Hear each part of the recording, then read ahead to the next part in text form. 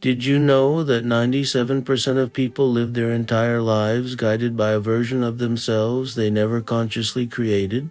They wake up each morning, make decisions, pursue goals, and form relationships, all while being steered by an internal navigator they've never met. This invisible force determines your success, shapes your happiness, and controls your destiny more powerfully than any external circumstance ever could. And the most shocking truth, you didn't choose it. The self that guides you today was largely programmed by others, parents, teachers, peers, society during your formative years, when your critical thinking wasn't yet developed. This unconscious programming now silently directs your life's most important choices. It explains why so many hardworking, intelligent people remain trapped in cycles of self-sabotage and unfulfilled potential despite their best efforts. In this video, I'm going to reveal how to identify this hidden self, understand how it was created, and most importantly, how to reprogram it to align with the destiny you truly desire. This isn't some mystical concept, it's a practical application of mental science that I've studied for over 20 years, watching it transform thousands of lives from mediocrity to mastery. What you're about to learn has helped create more millionaires, industry leaders, and fulfilled individuals than perhaps any other single concept I've shared. But before we continue, if you value insights that go beneath the surface and transform lives at their core, subscribe to this channel now. The principles I'll be sharing in the coming weeks build upon each other to create a complete system for personal transformation and achievement. Let me ask you something. Have you ever found yourself repeating the same patterns despite your best intentions to change? Perhaps you've promised yourself you would finally start that business, improve that relationship, or break that habit, only to find yourself, weeks later, back where you started. This isn't a matter of willpower or intelligence. Some of the most brilliant, determined people I've met remain trapped in cycles of frustration and unrealized potential. The reason is both simple and profound. You cannot outperform your self-image. Your conscious desires may pull you toward growth, but your unconscious self-concept, this internal autopilot I mentioned, determines your actual trajectory. When the two are in conflict, the unconscious mind always wins, always. Consider this. 8 out of 10 Americans want to write a book, yet less than 1% ever complete one. Nearly everyone wants financial security, yet the average American retires with barely enough savings to last a few years. Most people desire vibrant health, yet preventable lifestyle diseases continue to rise. The common thread in these statistics isn't lack of desire or information. It's the invisible ceiling created by an unconscious self-image that doesn't identify as a writer, a wealth builder, or a healthy person. I witnessed this principle vividly in the case of Robert Thompson, an employee at a Pittsburgh steel mill. Robert had extraordinary ideas for improving operational efficiency that could have revolutionized the industry. His supervisors recognized his talent and twice promoted him to management positions. Yet each time, within months, Robert created conflicts or made careless errors that resulted in his demotion. When I met him, he was bitter, blaming company politics and unfair treatment. But the truth was simpler. Robert's self-image, formed during childhood when his father repeatedly told him that people like us are workers, not bosses, was in direct conflict with his conscious ambitions. His unconscious mind simply wouldn't allow him to succeed in a role that contradicted his deeply embedded self-concept. No amount of opportunity could overcome this internal limitation. Contrast this with Henry Ford, who came from humble beginnings but developed an unshakable belief that he could revolutionize transportation. When Ford told his engineers he wanted to build a V8 engine cast in a single block, something considered technically impossible at the time, they explained all the reasons it couldn't be done. Ford's response was simple: produce it anyway. His unwavering self-image as an innovator who could achieve the impossible created an internal environment where persistence was inevitable, and eventually his engineers made the breakthrough. The crucial difference between these men wasn't intelligence, opportunity, or luck. It was the self-image guiding their decisions, reactions, and persistence. The tragic reality is that most people are more like Robert than Henry, not because they lack potential, but because they operate with a self-image they inherited rather than one they intentionally designed. The conventional approach to success focuses almost exclusively on external strategies. Work harder, learn more skills, build better habits, expand your network. These are undoubtedly important, but they all address the branches, not the root. When your unconscious self-image contradicts your conscious goals, you'll find yourself sabotaging your progress in subtle or dramatic ways, no matter how polished your external strategies may be. This is why motivation is always temporary. This is why knowledge alone doesn't transform lives. This is why some people seem to effortlessly attract success while others struggle despite taking all the right actions. Your self-image acts as a thermostat that will always bring your results back to your subconscious set point, regardless of temporary fluctuations. But here's the liberating truth I've discovered through decades of research and observation. While you didn't consciously choose the self-image currently guiding you, you retain the power to redesign it now. This isn't about positive thinking or temporary motivation. It's about methodically reprogramming the unconscious mind to align with your highest aspirations. In my extensive studies of successful individuals across all fields, from business titans like Andrew Carnegie and Thomas Edison to artistic geniuses and sports champions, I've observed that this ability to intentionally shape their self-image is the common denominator that transcends all other factors. Those who achieve lasting success have mastered the art of self-directed identity evolution. They understand that external achievements flow naturally from internal transformation. What I'm about to share with you represents the distillation of over 20 years studying the human mind and the principles of achievement. It's not based on theory, but on careful observation of thousands of individuals who transform their circumstances by first transforming their internal guidance system.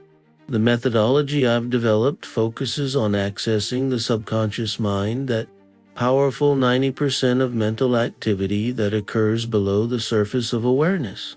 While your conscious mind processes about 40 bits of information per second, your subconscious processes approximately 4 billion. This is where your self-image resides and where lasting transformation must occur. My approach draws from both ancient wisdom and modern psychology, combining time-tested principles with scientific understanding. While some might call it spiritual, others scientific, I simply call it practical mental science, the systematic application of natural laws governing the human mind to produce specific desired results. What sets this approach apart is that it works with universal laws rather than against them. Just as you wouldn't try to defy gravity while building an airplane, we won't try to override the laws governing your mental processes. Instead, we'll harness them deliberately to create the identity that will naturally produce your desired outcomes. Few people understand that the most precious resource you possess isn't time, money, or connections, it's your self-concept. Change that, and everything else changes accordingly. This is the leveraged approach to transformation that produces exponential rather than incremental results. The pathway I'll reveal gives you access to the control room of your mind, the place where your destiny is truly determined. While others focus on changing behaviors, we'll focus on changing the identity that produces those behaviors. While others exhaust themselves swimming against the current of their subconscious programming, will redirect the river itself. Let me share with you the first fundamental principle. Your self-image was created through repeated thought patterns and emotional associations. What few people realize is that the mind doesn't distinguish between experiences vividly imagined and experiences actually lived. This is why trauma can result from events witnessed rather than experienced directly. But this same mechanism can be used constructively. Experiences created through visualization and emotion can reprogram your self-image just as effectively as real experiences. Think of your mind as a fertile garden. The thoughts you habitually entertain are seeds that grow into your self-concept. Most people's mental gardens were planted haphazardly, seeds scattered by parents, teachers, childhood experiences, and cultural messages without any intentional design. But once you understand this process, you can become the deliberate gardener of your mind, carefully selecting which thoughts to nurture and which to remove. Consider how this worked for Mrs. Eleanor Hanson, a widow from Chicago who attended one of my seminars years ago. For decades, she saw herself as financially dependent, believing that money management was beyond her capabilities, a belief planted by her father and reinforced by her late husband, who handled all financial matters. When suddenly widowed at 63, she faced financial decisions with paralyzing fear. Through our work together, Mrs. Hanson began systematically reimagining herself as financially competent. Each morning and evening, she spent 20 minutes in deep relaxation, vividly experiencing herself making wise investments, understanding financial statements, and confidently building wealth. She supplemented this with factual education, but the key was changing her self-image first. Within 18 months, she had not only preserved her modest inheritance but grew it substantially, eventually starting a successful small business advising other widows, something unimaginable with her previous self-concept. The technique Mrs. Hanson used leverages the brain's inability to distinguish between vividly imagined experiences and real ones. When you repeatedly expose your mind to detailed scenarios of you succeeding and embodying your desired traits while in a state of relaxed concentration, your subconscious accepts these as programming instructions for your new self-image. This isn't wishful thinking, it's mental rehearsal that alters neural pathways. Just as physical practice improves athletic performance by strengthening specific neural connections, mental practice strengthens the neural architecture supporting your desired identity. The second principle involves emotional association. Your self-image isn't just constructed from thoughts and experiences, but from the emotions connected to them. A single childhood humiliation can create a lifelong sense of inadequacy if the emotional impact is strong enough. Conversely, experiences of triumph, even small ones, can build lasting confidence when the positive emotion is fully absorbed. Most people passively allow emotions to attach to their experiences. The disciplined mind deliberately controls this process, magnifying the emotional impact of successes and minimizing the emotional impact of failures. This doesn't mean denying negative experiences, but rather controlling the meaning and emotional associations you give them. Consider the case of Thomas Edison, whose laboratory burned to the ground, destroying years of work. While his associates despaired, Edison's response was fascination and excitement about the opportunity to start fresh with new knowledge. Same external circumstances, radically different emotional association leading to a self-image as someone who converts setbacks into advantages. The third principle involves your internal dialogue, the conversations you have with yourself that running commentary in your mind shape your self-image more than any external force. Most people's internal dialogue is unconsciously negative, reinforcing limitations with phrases like, "I always mess this up," "I'm terrible with numbers," or "I never follow through."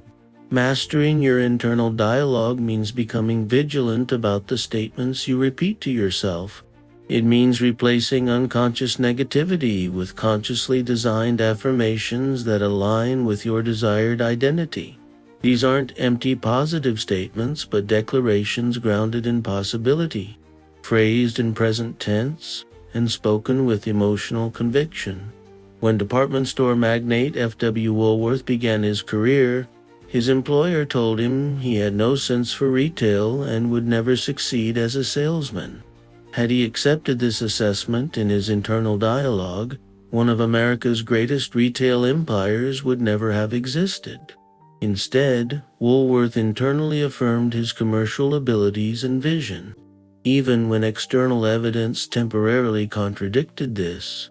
The fourth principle involves environmental design. Your physical and social surroundings powerfully influence your self-image through constant exposure. The books on your shelves, the conversations you engage in, the media you consume, and especially the people with whom you associate will act as mirrors, reflecting an image of who you are, reinforcing your current self-concept. Most people passively accept their environment. The deliberate creator of self actively designs it, curating influences that reflect the identity they're growing into rather than the one they're leaving behind. When Andrew Carnegie decided to transform from an immigrant factory worker to an industrial leader, he methodically sought the company of those who already embodied his aspirations. He positioned himself where he could observe their thinking, absorb their worldview, and eventually be accepted as one of them. His self-image evolved partly because he intentionally placed himself in environments that reflected his desired identity rather than his current circumstances. Let me ask you, what books currently surround you? What conversations dominate your days? Whose achievements and thinking do you regularly expose yourself to? These aren't casual choices, but programming inputs for your self-image. The fifth principle involves taking action that aligns with your desired identity before you feel ready. Most people believe that confidence comes before action, but the opposite is true. Acting in alignment with your desired self-image even when uncomfortable sends powerful confirming messages to your subconscious. Start with small actions that stretch but don't shatter your comfort zone. Each successful step reinforces your new self-image and builds momentum for larger actions. This creates a positive feedback loop between your internal identity and external behavior.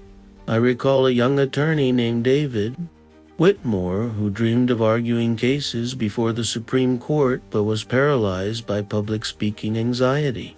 Rather than waiting until he felt confident, he began speaking at small community meetings. Initially terrified, he gradually expanded to larger audiences. With each successful experience, his self-image evolved from nervous speaker to competent communicator. 15 years later, he indeed argued and won a landmark case before the Supreme Court not because he waited until fear disappeared, but because he acted while afraid until his self-image transformed. These 5 principles: mental rehearsal, emotional association, internal dialogue, environmental design, and aligned action formed the foundation of intentional identity creation. Applied systematically over time, they can completely restructure your self-concept and, consequently, your results in every area of life. The beauty of this approach is that it works from the inside out rather than the outside in. When your self-image changes, corresponding behaviors emerge naturally without the exhausting force of willpower. The actions that once required tremendous discipline become simply what someone like you does. I'd love to hear which of these principles resonates most strongly with you. Take a moment right now to share in the comments which aspect of self-image creation speaks to your current situation. Your insight might be exactly what another viewer needs to hear. Now, I understand you may be thinking, this sounds compelling, but will it really work for my specific situation? It's natural to question whether principles that transformed others' lives can transform yours. especially if you've tried other approaches without lasting success. Let me address this head on. The effectiveness of this method doesn't depend on your background, education, current circumstances, or past failures. It depends solely on your consistent application of these principles. The laws governing mental processes are as universal as the law of gravity. They work whether you believe in them or not, provided you align your actions with them. Some worry that changing their self-image means becoming inauthentic or denying who they truly are. But consider this perspective. The self-image guiding you now wasn't authentically chosen by you. It was largely constructed through outside programming during periods when you couldn't critically evaluate the messages you were receiving. True authenticity comes from consciously choosing the self that aligns with your highest values and aspirations. Others wonder if they're too old for such fundamental changes. The research is clear. Neuroplasticity, your brain's ability to rewire itself, continues throughout life. While the process may require more consistency with age, the capacity for transformation never disappears. I've worked with individuals in their 70s and 80s who dramatically reimagined themselves and their capabilities, proving that mental flexibility remains possible at any age. Some fear they lack the mental discipline for sustained visualization and thought control. This concern reflects a misunderstanding of the process. Like any skill, mental management improves with practice. You begin where you are, perhaps holding focus for only a minute initially, and gradually extend your capacity. The key isn't perfection, but persistence. Perhaps the most common objection comes from those who believe their limitations are realistic assessments rather than self-imposed constraints. They point to past failures as evidence that their restricted self-image is simply accurate. But this perspective confuses historical results with future potential. Your past performance was the product of your past self-image. It says nothing about what's possible with a transformed internal guidance system. Remember, too, that this approach doesn't ask you to deny reality but to focus on possibility. You acknowledge current circumstances, while simultaneously establishing a new mental pattern that will manifest different circumstances in the future. This isn't self-deception, but strategic mental focus. The question isn't whether these principles can work for you, but whether you'll apply them with sufficient consistency to overcome your current programming. The required investment isn't primarily money or even time, but concentrated attention and emotional engagement with your desired self-concept. Have you considered that your doubts themselves might be products of your current self-image protecting its existence? The established neural patterns in your brain naturally resist change, generating thoughts that maintain the status quo. Recognizing this resistance as a mechanical process rather than meaningful insight is crucial to moving forward. Ask yourself, what would become possible if you devoted the same energy to imagining new capabilities that you currently spend reinforcing limitations? What if you directed the same concentration toward solution finding that you now use for problem dwelling? Let's now integrate these principles into a comprehensive approach, a mental technology that systematically transforms your self-image and consequently your life. I call this the integrated identity method, and it addresses both the conscious and subconscious aspects of self-creation. Think of your mind as a sophisticated ship navigating the ocean of life. Your conscious mind is the captain, making moment-to-moment decisions, while your subconscious is the much larger crew and engine room determining the vessel's actual capacity and direction. Most self-improvement approaches focus exclusively on captain-level interventions, better decision-making, stronger willpower, smarter strategies, but when the captain's orders contradict the crew's understanding of the ship's identity and purpose, the journey becomes a constant struggle. The integrated identity method works simultaneously with both levels. It gives the captain conscious mind better navigation tools, while systematically retraining the crew subconscious to understand the ship's true capabilities and destination. The approach begins with clarity. You must define with precision the self-image you intend to create. Vague aspirations produce vague results.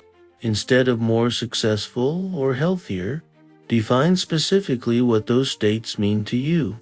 What exact behaviors, thoughts, emotional patterns, and achievements characterize the identity you're developing. Document this vision in writing, using present tense, first-person statements that capture both the external manifestations and internal experiences of your desired self. This isn't merely a description of what you want to have or do, but a detailed portrait of who you are becoming. With this blueprint established, the daily practice begins. Each morning upon waking, when the mind is most receptive to programming, spend 15 to 20 minutes in a state of relaxed concentration. Begin with physical relaxation through controlled breathing. Then mentally rehearse being your desired self. Engaging all sensory faculties, see through those eyes, hear through those ears, feel the confidence and capability of that identity. Throughout the day, use pattern interruption to catch and redirect your internal dialogue when it reverts to old identity patterns. Create specific trigger phrases that instantly realign your thinking with your new self-image. These mental pivots prevent momentary thoughts from reinforcing outdated neural pathways. Simultaneously, begin restructuring your environment to reflect and support your emerging identity. This includes physical spaces, information sources, and especially social connections. The latter may require particular courage, as evolving beyond your current peer groups, self-concepts often creates resistance. Remember that explanation is rarely effective in these situations. Demonstration over time is the only persuasive argument for personal transformation. Each evening before sleep, another highly receptive state for subconscious programming. Review the day through the lens of your desired identity. Mentally revise any moments where you temporarily forgot your new self-image, reimagining your response from your upgraded identity. Then identify 3 specific opportunities tomorrow that will allow you to embody this identity more fully. This daily mental routine, practiced with emotional engagement rather than mechanical repetition, gradually transfers the image from conscious aspiration to subconscious acceptance. When the subconscious mind fully accepts your new self-definition, corresponding behaviors emerge naturally without the inner conflict that makes change so exhausting. Consider how this integrated approach transformed the life of Michael Carrington, a factory supervisor I worked with in Detroit. Michael had technical brilliance but saw himself fundamentally as just a worker, despite having ideas that could revolutionize production methods. His self-image, formed during a childhood where intellectual pursuits were dismissed as impractical, created an invisible ceiling on his advancement. Through systematic application of these principles, Michael began reimagining himself as an innovator and leader. He mentally rehearsed presenting his ideas with confidence, restructured his reading habits to include industrial design and leadership texts, and gradually associated with forward-thinking professionals outside his usual circle. The transformation wasn't instantaneous, but within 9 months, he had implemented 3 process improvements that saved his company over $200,000 annually, presented at an industry conference, and received a substantial promotion. The most remarkable aspect wasn't the external changes, but how natural they felt to him. Activities that once would have seemed impossibly intimidating now felt like simple expressions of his identity. This pattern of transformation, initial discomfort giving way to natural embodiment of new capabilities, is the hallmark of successful self-image renovation. The effort is front-loaded in the mental reprogramming stage rather than in perpetual willpower battles against your own subconscious. The integration of these principles creates a transformative momentum that extends beyond specific goals to your entire experience of life. As your self-image evolves, you'll notice changes not just in achievement but in your basic perception of what's possible, your emotional resilience, and your impact on others. The extraordinary power of this approach lies in its compound effect. Small, consistent changes in self-concept accumulate over time, eventually reaching a tipping point where transformation accelerates spontaneously. The initial stages often show modest external results while substantial internal restructuring occurs, like reinforcing a building's foundation before adding visible new floors. This is precisely where most people abandon the process, mistaking the foundation building phase for lack of progress. They don't realize they're developing the mental infrastructure that will support exponential rather than linear growth. Let me emphasize, the time to begin this process is not when circumstances are perfect or when you feel particularly motivated. The time is now, today, with whatever resources and emotional state you currently possess. Each day of operating with an unconsciously inherited self-image, rather than an intentionally created one, means another day of limited living.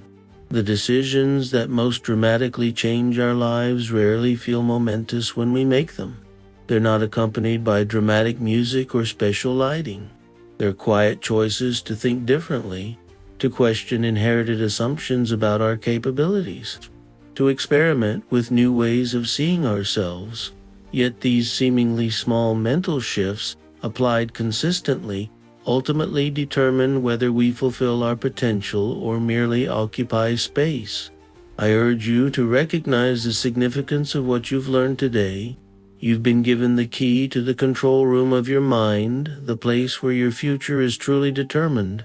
While others focus on manipulating circumstances, you now understand how to transform the consciousness that creates and interprets all circumstances.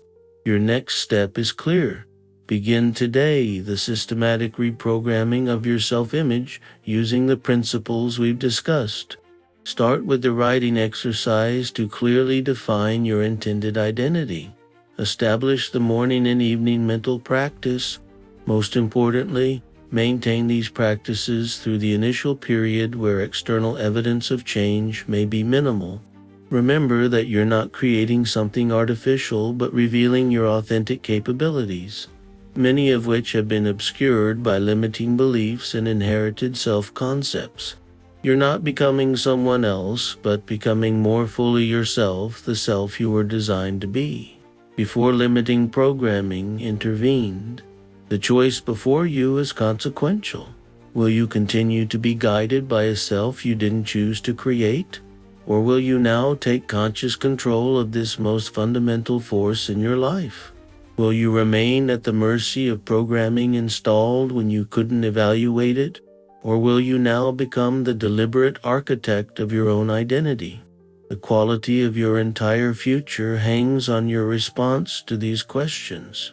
Not just your achievements or acquisitions, but your moment-to-moment experience of life itself, your emotional states, your perceptions, your impact on others. All are determined by the self-image guiding your mind's operations.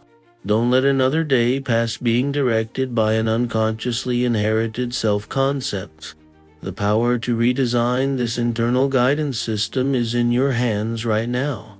Begin the process today, and watch as your outer world gradually reorganizes itself to reflect your transformed inner world. If you've found value in these principles, please subscribe to this channel and share this video with someone who needs this message. Then, in the comments below, share one specific aspect of your self-image that you're committed to transforming. Your declaration of intent, made public, adds power to your commitment and may inspire others to begin their own transformation. Remember, you are not what you think you are, but what you think you are. Your self-concept creates the boundaries of your achievement and experience. When you transform that fundamental pattern, everything else transforms accordingly. This is the master key to personal reinvention and the fulfillment of your highest potential. The person you are destined to be awaits your decision to release the limitations of your inherited self-image. Make that decision now and begin the journey toward becoming the architect of your own identity and master of your own fate.